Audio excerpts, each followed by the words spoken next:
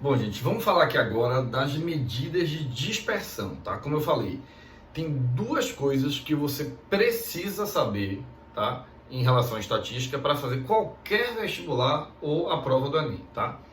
Que são as medidas de posição, que nós vimos que são basicamente três: média, moda e mediano, tá?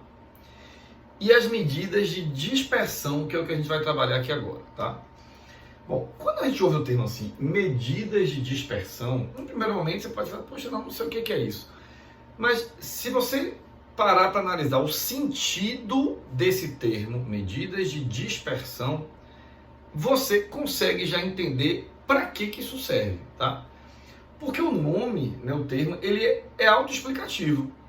Olha bem, medidas de dispersão são valores que você vai calcular, tá? Que, como o nome diz, medem, ou seja, calculam a dispersão de um conjunto de dados. O que é isso, Walter? Dispersão de um conjunto de dados. Quando você tem um conjunto de números, tá? Você precisa perceber que esses números eles podem estar variando muito, ou seja, podem ser valores muito heterogêneos, tá? Ou seja, valores muito dispersos, ou você pode ter valores mais homogêneos. Valores mais homogêneos quer dizer que são valores que variam muito pouco, tá? E isso, em estatística, tem um significado muito importante, né? Em situações reais, isso também é muito importante, tá? Quando às vezes a gente ouve falar assim, poxa, determinado jogador ele é muito irregular. Se um jogador ele é irregular, quer dizer que o desempenho dele nas partidas varia muito. Tem um dia que ele joga muito bem, tem um dia que ele, né, não faz nada, não contribui em nada, como se ele não estivesse nem em campo. Ou seja, ele não consegue manter uma regularidade no seu desempenho. E aí, se a gente fosse dar uma nota para o desempenho desse jogador, você vê que a nota ia variar muito. Ia ter algumas partidas ele ia tirar, sei lá, nota 9 e 10, ia ter partidas que ele ia tirar nota 2, nota 3, nota 1, nota 0, tá? Então é isso, né? A dispersão mede o quanto os valores variam, se eles variam muito ou se eles variam um pouquinho só, tá? Se os números de um conjunto de dados forem todos iguais, você diz que não há dispersão, ou seja, os valores são todos iguais, aí não há dispersão. Aí, nesse caso, qualquer medida de dispersão daria zero, tá? Bom, mas vamos lá. Então, lembrem disso, tá? E essa dispersão é sempre dispersão em relação, olha, à média aritmética, tá? A média aritmética é o valor de referência para ver se um conjunto de dados está variando muito ou pouco, ok? Bom, aí para que a gente enxergue isso com mais clareza, eu estou trazendo aqui dois grupos, tá? Que vai ser o nosso exemplozinho. Vamos imaginar que esses grupos sejam formados por 5 crianças, tá? Em que alguém analisou as idades. Então, imagine que num determinado grupo, que eu estou chamando de grupo A, as crianças têm essas idades: 10, 11, 6, 10 e 8 anos. E no grupo B, também com 5 crianças, as idades são 7, 12, 11, 8 e 7. Se você parar para calcular a média aritmética, a média aritmética, vamos chamar a média aritmética do grupo A, média aritmética do grupo B, tá? Se você for calcular a média aritmética desses dois grupos, vocês verão que as duas médias elas são iguais, tá? Se você somar esses valores aqui, olha, 17, isso vai dar 45, dividido por 5, ou seja, 9 anos. 9 anos. A mesma coisa vale para o grupo B. Quer dizer então o seguinte, quer dizer o que então, Walter? Quer dizer que esses dois grupos têm, em média, a mesma idade. Observe que só olhando para a média, você não consegue entender como é que está, né? Como é que estão, na verdade, distribuídos os valores, né? Como é que o seu conjunto de dados está distribuído. Se eles estão variando muito ou está variando pouco. Então, as medidas de posição, elas não conseguem responder essa pergunta. Quem consegue responder essa pergunta, na verdade, vai ser exatamente o que a gente está vendo agora, que são as medidas de dispersão, tá? Bom, As medidas de dispersão que aparecem, né, nos vestibulares e no Enem são exatamente variância e desvio padrão, tá? O que é a variância? A variância, gente, é a média aritmética dos quadrados dos desvios. Vou repetir. É a média aritmética, porque você está dividindo tudo por N, dos quadrados dos desvios. O que é um desvio? O desvio é a diferença entre cada valor e a média aritmética daquele conjunto de dados, tá? Então, é o x1, que é um dos valores, menos a média ao quadrado, mais o x2, que é outro valor, menos a média ao quadrado, e assim por diante, tá? Então, por exemplo, nesse caso da gente aqui, qual seria a variância, olha bem, gente, do grupo A? Vamos analisar. Variância do grupo A. É você pegar cada valor do grupo A, subtrair da média e elevar ao quadrado, tá? Eu vou fazer o cálculo já dando uma agilizada aqui, tá, gente? Então, o que você teria que fazer primeiro? 10, que é o primeiro valor do grupo A, que seria o nosso x1, menos a média do grupo A, então 10 menos 9, 1.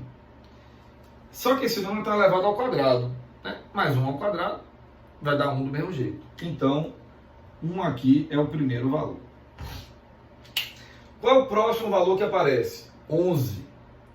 11 menos 9 é o x2 menos a média. 11 menos 9, 2. Só que esse 2 está elevado ao quadrado. Aí agora, 4. Certo? Próximo valor, 6.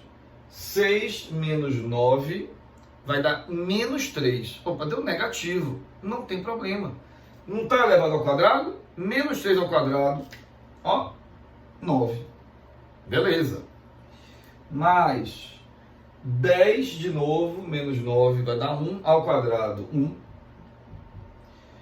E por último, 8 menos 9 vai dar menos 1 ao quadrado, também não muda nada, vai dar 1. Tudo isso dividido, olha gente, por 5, porque você tem 5 valores. Essa soma que nós temos aqui no numerador, ó, essa soma, vai dar exatamente quanto? 10, vai dar 16, não é isso? 16 dividido por 5. Essa divisão aqui, gente, dá 3,2. Quer dizer que a variância das idades do grupo A é 3,2. Para que você consiga verificar qual dos dois grupos tem valores mais dispersos, a gente precisa calcular a variância do grupo B, usando a mesma lógica. E aí você vai comparar, tá? Olha bem, como é que vai ser a variância do grupo B? Vamos lá, rapidinho também aqui. Já que a gente fez o primeiro, o segundo agora nessa mais rápido. Grupo B tem uma pessoa de 7 anos, tem uma criança de 7 anos. E a média é 9 de novo. Então, 7 menos 9 vai dar menos 2. Ao quadrado, 4. 12 menos 9, 3. Ao quadrado, 9. 11 menos 9, 2. Né? 2. Ao quadrado, 4. 8 menos 9, 1. Ao quadrado vai dar o próprio 1. E 7 menos 9, 2. Ao quadrado, 4. Na verdade, daria menos 2, né? Quadrado 4. Beleza. Dividido por 5. Quando você somar esses numeradores aqui, isso vai dar 10, 22. 22 dividido por 5, isso vai dar 4,4. Opa! Deram valores diferentes. O que a gente pode concluir, então? Dos dois grupos, qual deles tem valores mais dispersos? A maior dispersão é determinada, claro, pelo valor que tem a maior variância. Ora, se eu estou medindo dispersão, o valor, né, no caso, a maior medida de dispersão está associada, obviamente, ao grupo que tem valores mais dispersos, tá? Agora, cuidado só com o seguinte, se eu pergunto a vocês, então assim, voltando um pouquinho, o grupo que tem idades mais dispersas é o grupo B, não há dúvida. Exatamente por quê? Porque a variância do grupo B foi maior do que a variância do grupo A.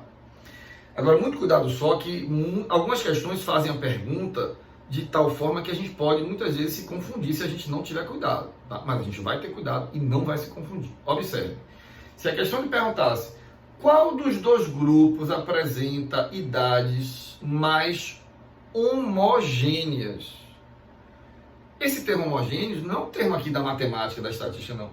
É uma palavra em português que indica o quê? Se algo é homogêneo, é porque varia muito, né, tem coisas diferentes, ou quer dizer que a coisa está mais ou menos, né, assim, dentro de uma certa uniformidade. Lembre, então, a maior homogeneidade está exatamente onde tem a menor dispersão. Não é verdade?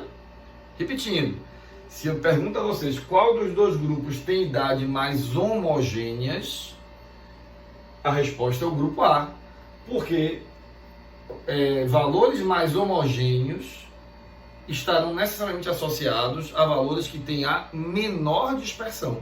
Entenderam a ideia, gente? Qual é?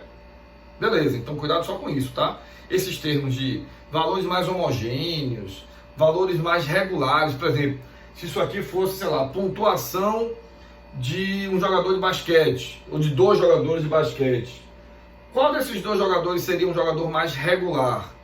Ah, seria o jogador A, porque a pontuação dele variou menos. Né? No caso, a variância, que é uma medida de dispersão. Entenderam, gente? Então, cuidado com esse tipo de interpretação. Beleza. E, de maneira, né, assim, na verdade, sequenciada aqui, tem uma outra medida de dispersão que chamamos de desvio padrão, tá? O desvio padrão, gente, nada mais é do que a raiz quadrada da variância. Na verdade, assim, o que você concluir em relação a quem é mais disperso ou quem é mais disperso para a variância, automaticamente vai ser também válido para o desvio padrão. Porque observem, se o desvio padrão é a raiz quadrada da variância, o conjunto de dados que teve a maior variância necessariamente é o conjunto de dados que vai ter o maior desvio padrão. É verdade? Então vamos lá. Quem é o desvio padrão do grupo A, que é esse que aparece aqui? Olha, é a raiz quadrada da variância do grupo A. Quanto é a variância do grupo A? Olha bem, 3,2, né? 3,2. Isso dá, gente, aproximadamente 1,8, tá? Vou botar aqui 1,8. E o desvio padrão do grupo B é a raiz quadrada da variância do grupo B. E que variância é essa do grupo B? É exatamente a raiz quadrada, no caso é 4,4, raiz de 4,4. Isso vai dar aproximadamente 2,2. Então, como era de se esperar, que foi o que eu falei há pouco, necessariamente o grupo que teve a maior variância vai ser o grupo que vai ter o maior desvio padrão, não tem dúvida, tá?